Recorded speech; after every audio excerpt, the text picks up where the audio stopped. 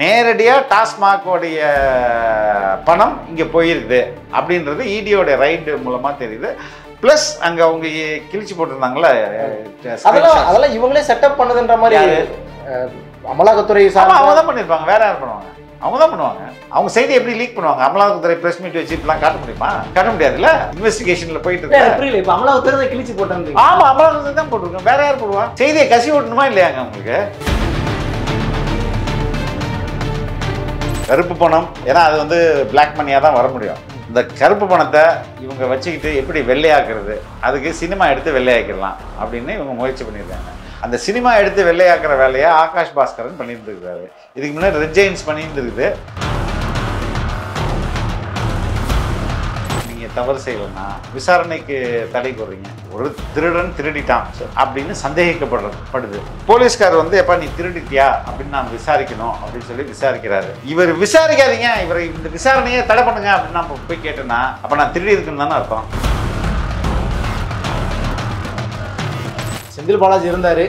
இப்போ முத்துசாமி அமைச்சர் பற்றி கொஞ்சம் பேசிட்டு இருந்தாங்க. இந்த 41 கேஸ், இந்த லஞ்ச ஒழிப்புத்துறை கையில் இருக்கிற 41 கேஸை பற்றி பேசுவோம். முத்துசாமி வந்தார், முன்னாள் அமைச்சர் ஒருத்தர் வந்தார், தங்கமணி நினைக்கிறேன், அவர் வந்தார். அதை தாண்டி இப்போ நம்ம ஸ்கிரிப்ட் இந்த சீசன் 2ல் பார்க்கும்போது உதயநிதி கூட வந்து அந்த ரத்தீஷ், அதே போல் ஆகாஷ் பாஸ்கரன் ஒரு 7-8 பேர் மேலே வராங்க. ஒரு புது கேரக்டராக இன்வால்வ் ஆகிட்டு இருக்கும்போது என்னதான்டா நடக்குது? பெரிய சீரீஸாக இப்போ கேம் ஆஃப் த்ரோன்ஸோட பெருசாக இல்லை. இப்போ ரொம்ப சினிமாவில் கூடிய பிரபலங்களை கை வைக்க ஆரம்பிச்சாங்க. சிம்பு, அதே போல சிவகார்த்திகேயன், பராசக்தின்னு ஒரு படம் வந்து அந்த படம் பராசக்தியில் ஆரம்பிச்சுட்டு பராசக்தியில் முடிவு கொடுங்கலாம் கலாய்க்கிறாங்க. இப்போ அடுத்து இந்த பக்கம் நகரும்போது இப்போ இந்த தடை வந்து இங்கே தடை ஆகுமான்னு கேட்கும். இடி நினைத்தால் இவங்களோட மெயின் பிஸ்னஸ் இருக்குல்ல திரைப்படம், அதை முழுக்க வந்து காலி பண்ணிட முடியும். எப்படி காலி பண்ணிட முடியும்னா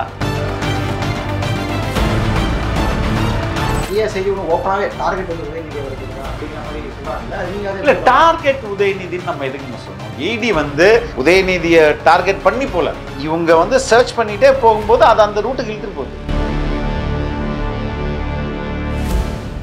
வேலை வேண்டுமா? ப்ளூ ஓஷன் இருக்கிறது. 10th 12th டிப்ளமோ டிகிரி படித்தவர்களுக்கு உணவு, தங்குமிடம், இஎஸ்ஐ, பிஎஃப், இன்சூரன்ஸ் உள்ளிட்ட சலுகைகளுடன் அனுபவத்திற்கேற்ற நல்ல சம்பளம் 15,000 முதல் 30,000 வரை. பெண்களுக்கு முன்னுரிமை. 2,000க்கும் மேற்பட்ட வேலை வாய்ப்புகள் உள்ளன. இப்போதே தொடர்பு கொள்ளுங்கள். Blue ocean.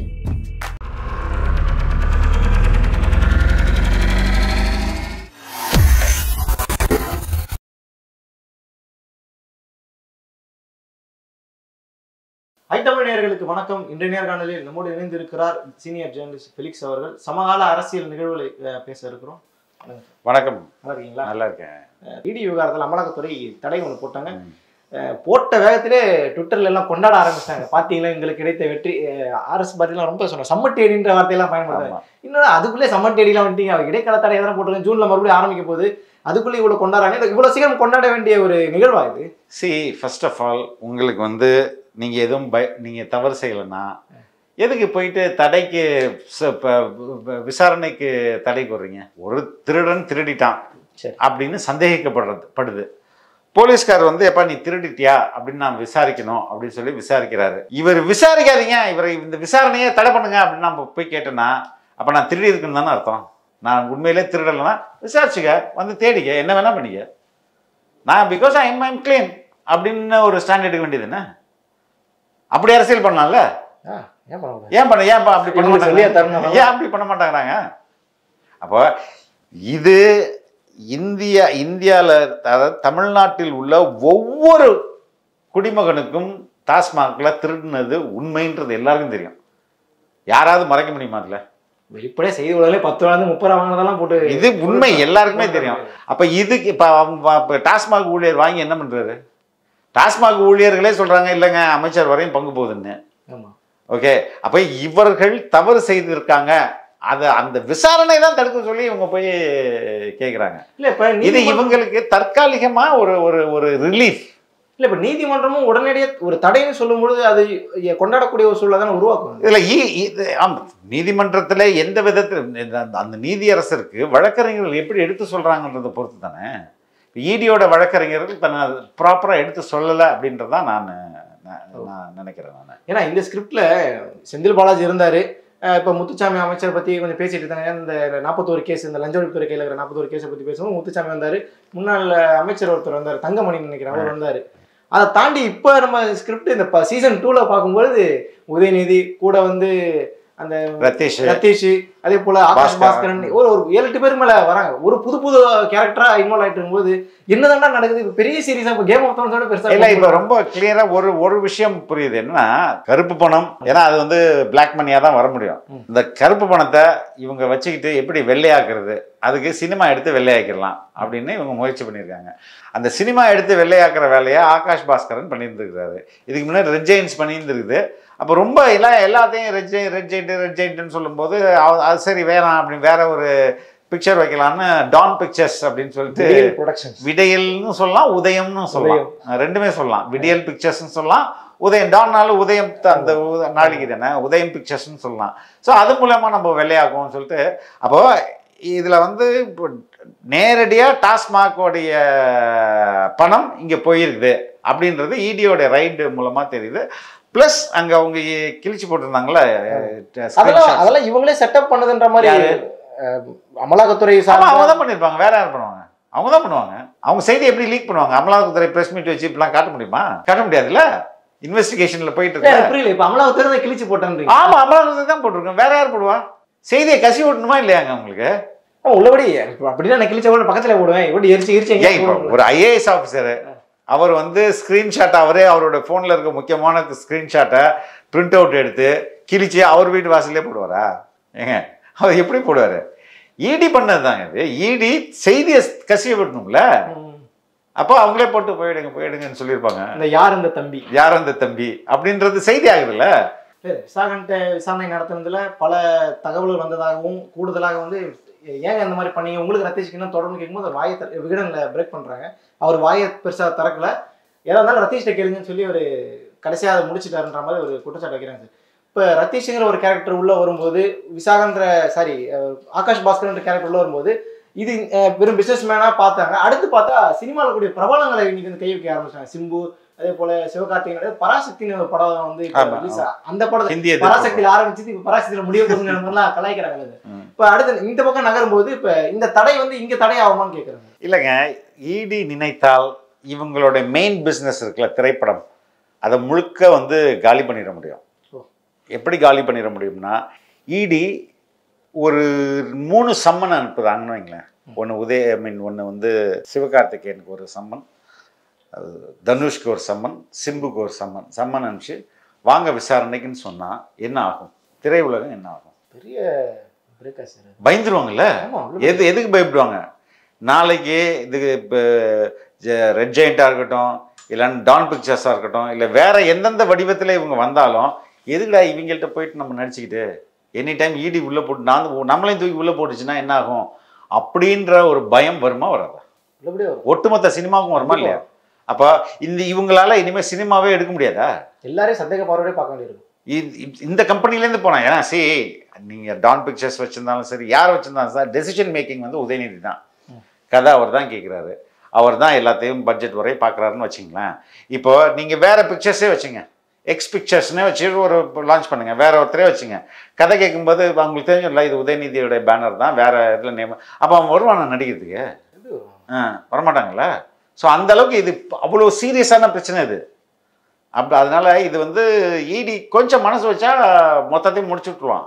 அப்படிதான் இருக்குது. இப்போ நிறைய செய்தி ஒன்று ஓப்பனாகவே டார்கெட் வந்து உதயநிதி அவர்களுக்கு தான் அப்படிங்கிற மாதிரி சொல்றாங்கல்ல, நீங்க இல்லை டார்கெட் உதயநிதின்னு நம்ம எதுக்குங்க சொல்லணும்? இடி வந்து உதயநிதியை டார்கெட் பண்ணி போல, இவங்க வந்து சர்ச் பண்ணிட்டே போகும்போது அது அந்த ரூட்டுக்கு இழுத்துட்டு போகுது. உதயநிதியை சர்ச் பண்ணும், உதயநிதி அரெஸ்ட் பண்ணணும்னா நேரடியாக உதயநிதி வீட்டில் சர்ச் பண்ணலாங்களே. இப்போ இவரை விசாகன்ட்ட பண்ணுறாங்க, விசாகன்ட்ட தான் பண்ணும்போது தான் இவர் ரத்தீஷ் மாட்டுறாரு, ஆகாஷ் பாஸ்கரன் மாட்டுறாரு. ஆகாஷ் பாஸ்கரும் ரத்தீஷும் யாருன்னா உதயநிதியோட க்ளோஸ்ன்னு இவங்க 2 பேரும் பிடிச்சா அங்கே போயிடும் அது. ஸோ ஈடியா வந்து உதயநிதிட்ட போது இவங்க பண்ணியிருக்க வேலை அப்படியே கூட்டிகிட்டு போகுது. உதயநிதியை காப்பாற்றுவதற்காக தான் 3 வருஷமா போகாத இந்த நிதி ஆயோக் கூட்டத்துக்கு முதல்வர் போயிருக்காருன்ற விமர்சனம் வைக்கிறாங்கல்ல, அதை நீங்க எப்படி பாக்குறீங்க? ஒரு நல்ல உறவை நம்ம வந்து மெயின்டைன் பண்ணிக்கலாம். ஏன்னா சிக்கல்கள் நிறைய வந்துருச்சு. சிக்கல் நிறைய சிக்கல் வந்துச்சு. ஏன்னா இப்போ ஆகாஷ் பாஸ்கரனையும் ரத்தீஷையும் பிடிச்சிட்டாங்கன்னா விசாரிச்சாங்கன்னா அடுத்தது நேராக அவங்க வந்து உதயநிதிக்கு தான் போகணும். அப்போ அப்படி ஒரு லாபி பண்ணுவதற்கான முயற்சியாக கூட இது இருக்கும். பட் அதற்கு முன்பு நீதிமன்றம் இவங்களை காப்பாற்றி விட்டுருச்சு அப்படின்றது தான் தற்காலிகமானது தான். இது வந்து எல்லாருக்கும் வெளிப்படையாக தெரிஞ்ச ஒரு ஊழல். இந்த ஊழலில் வெளிப்படையாக நீங்கள் எப்படி மறைக்க முடியும்? இல்லை தோழர், இப்போ இந்த டாஸ்மாக் இந்த ஊழல்லாம் ஒரு பக்கம் வச்சுட்டா கூட கடந்த 2 வருஷமா அவர் போல நிதியா போல கேட்டால் வந்து அவங்க எதுவும் கொடுக்க மாட்டாங்க, அது தேவையில்லாத டைம் வேஸ்ட்ன்ற மாதிரி தான் பேசுனாங்க. போன முறையே கூட மம்தா பானர்ஜி 5 நிமிஷம் கூட அவங்களை பேச விடல, மைக்கை ஆஃப் பண்ணிட்டாங்கன்ற மாதிரிலாம் சொன்னார்ல. இப்போ மறுபடியும் இவர் போகும்போது கேள்வி வரும்ல. அதுதாங்க சொல்றேன், மறுபடியும் ஒரு இணக்கமான சூழலில் நான் வந்து வெளிப்படையாகவே நான் சொல்றேன் அப்படின்ற பாஜக எதிர்ப்பு பாசி எதிர்ப்பு இல்லையாங்க. அதெல்லாம் எப்போ என்னைக்கு இருந்திருக்குது? பாஜக எதிர்ப்பு திமுக கிட்ட என்னைக்கு இருந்திருக்குது?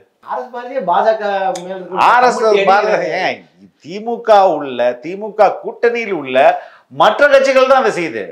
விடுதலை சிறுத்தைகள் செய்து டு சம் எக்ஸ்டென்ட் வைகோ வந்து இவருடைய ஸ்வேரிங் இன் செரமனிக்கே நான் வந்து அங்கேயே பிச்சுட்டு போறேன்னு வந்துட்டாரு. ஸோ அது மாதிரி திமுக கம்யூனிஸ்டுகள் பண்றாங்க. இவங்க டிஎம்கே என்னைக்கு பாஜக எதிர்ப்பு போராட்டம் பண்ணியிருக்காங்க? இங்க என்னைக்கு ஒரு போராட்டம் சொல்லுங்க. பாஜகவுக்கு எதிராக திமுக நடத்திய ஒரு போராட்டம் என்னது? கவர்னருக்கு எதிராக நடத்திருக்காங்க. அது கவர்னருக்கு எதிராக, அவர் பாஜக உறுப்பினர் கிடையாது. பாஜக ஆட்சிக்கு எதிராக பாஜக வக்ஃபோர்டு வந்து கூட விஜய் கேட்குற மாதிரி திமுக ஏன் கேஸ் போடல? தமிழக அரசு ஏன் வக்ஃபோர்டில் கேஸ் போடல? ஆராசா ஒரு இண்டிவிஜுவல், அவர் நாளைக்கு அந்த கட்சியை விட்டு வந்துட்டாருன்னா வேற கட்சிக்கு போகலாம்ல. அதுக்கு வாய்ப்பு இருக்கா இல்லையா? இல்ல ப்ரெடிக்ட் பண்றோம் இல்லைங்க. இப்போ திமுக ஒரு இயக்கமா பண்றதுக்கும் திமுகவோட உறுப்பினர் பண்றதுக்கும் நிறைய வித்தியாசம் இருக்குல்ல. ஒரு எம்பியா இருக்காரு, எம்பி அவர் தனி மனிதர் தானே. அவர் தனி மனிதர் தானேங்க.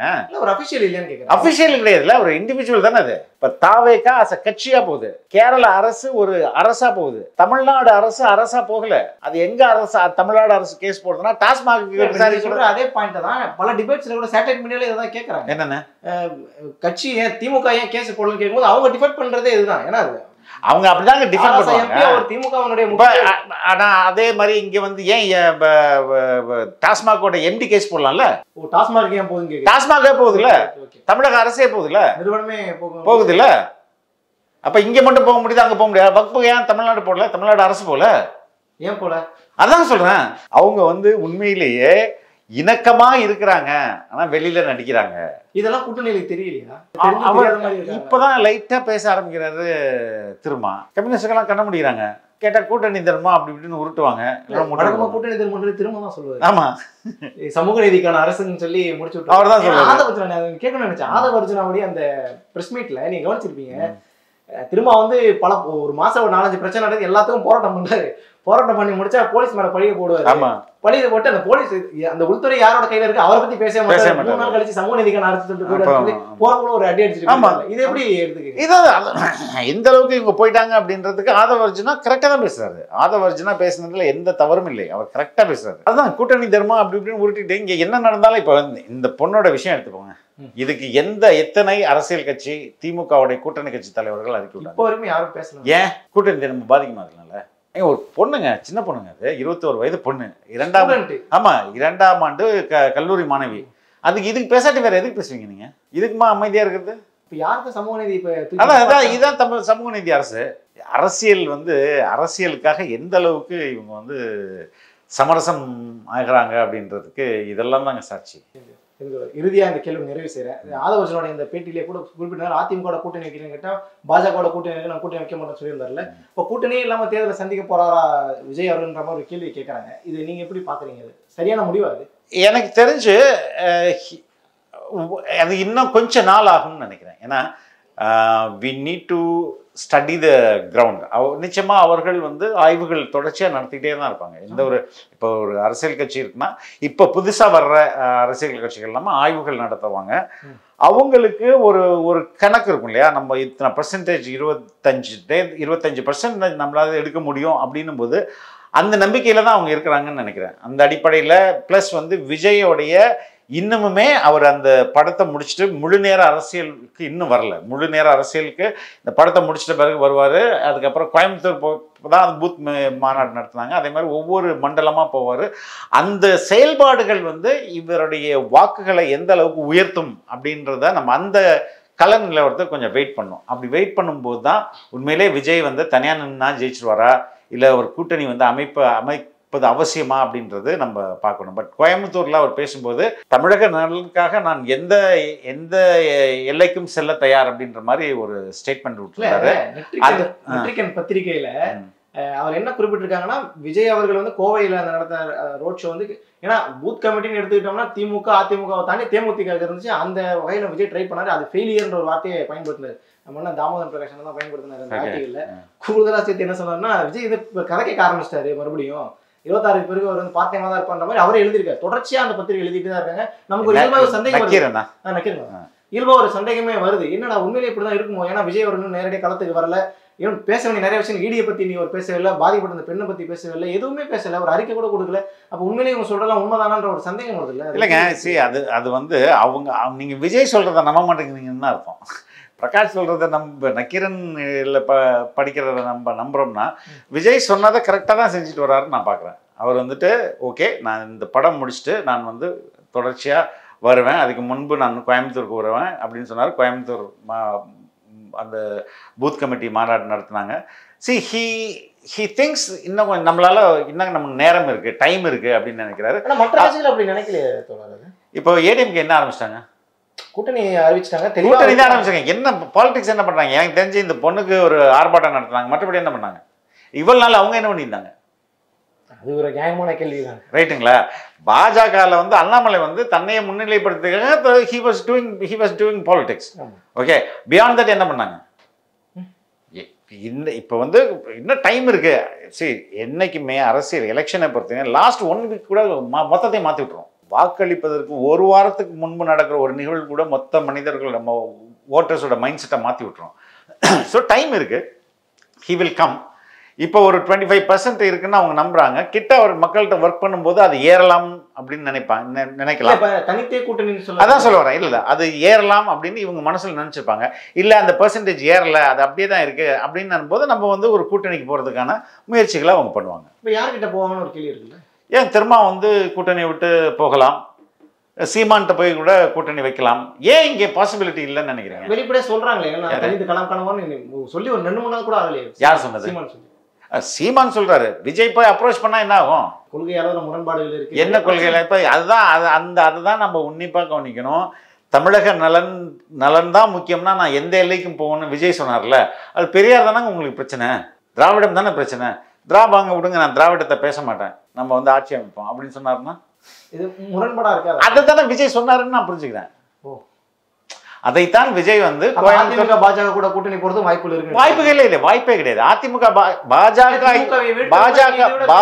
இருக்கிறது வரையும், அதிமுக பாஜக கூட்டணி இருக்கிறது வரையும் விஜய் அங்க போவதற்கு வாய்ப்பே கிடையாது. ஏன்னா திமுக வீழ்த்துவது போல இங்க மதவாதமும் சொல்லியிருக்கிறார் இல்லையா? இது கொள்கை எதிரி, இது அரசியல் எதிரி. அப்படின்னா கொள்கை எதிரி கூட எப்படி கூட்டணி வைக்க முடியும்? கடைசி கட்டத்தில் என்ன வேணா நடக்கலாம், என்ன வேணா நடக்கலாம்ன்றது. இதை தவிர என்ன வேணா நடக்கலாம். விசிக வரலாம், நாம் தமிழர் கூட அவர் போய் கேட்கலாம். சிதம்பரம் பேச்செல்லாம் பார்க்கும்போது வேற மாதிரி ஒரு டோன்ல இருக்கு. காங்கிரஸ்க்கு ராகுல் காந்திக்கு குறிப்பா நீங்க 2 ஆப்ஷனை கொடுங்க. இந்த பக்கம் டிஎம்கே, இந்த பக்கம் தாவேக்கா கொடுத்து உங்களுக்கு எது வேணும் அப்படின்னா தாவேக்கா தான் வேணும்னு இருப்பது. தாவேக்கா தான் ஆஃபர். விஜய்க்கே வந்து இளைஞர் காங்கிரஸ் கொடுத்தாங்க, நீங்க எடுத்துங்கன்னு சொல்லிட்டு. ஆமா, ஸ்டாம்ப் தபால் தலை வெளியிடும் போது. ஸோ அந்த அளவுக்கு he has good opinion about Vijay. அதனால things may change. நம்ம ரொம்ப சீக்கிரமா டூ ஏர்லி, ஆமா, ரொம்ப சீக்கிரமே அதை பண்ண முடியாதுன்னு நினைக்கிறேன். பல்வேறு செய்திகள் எங்களோட பகிர்ந்தமைக்கு ரொம்ப நன்றி. ரொம்ப ரொம்ப நன்றி.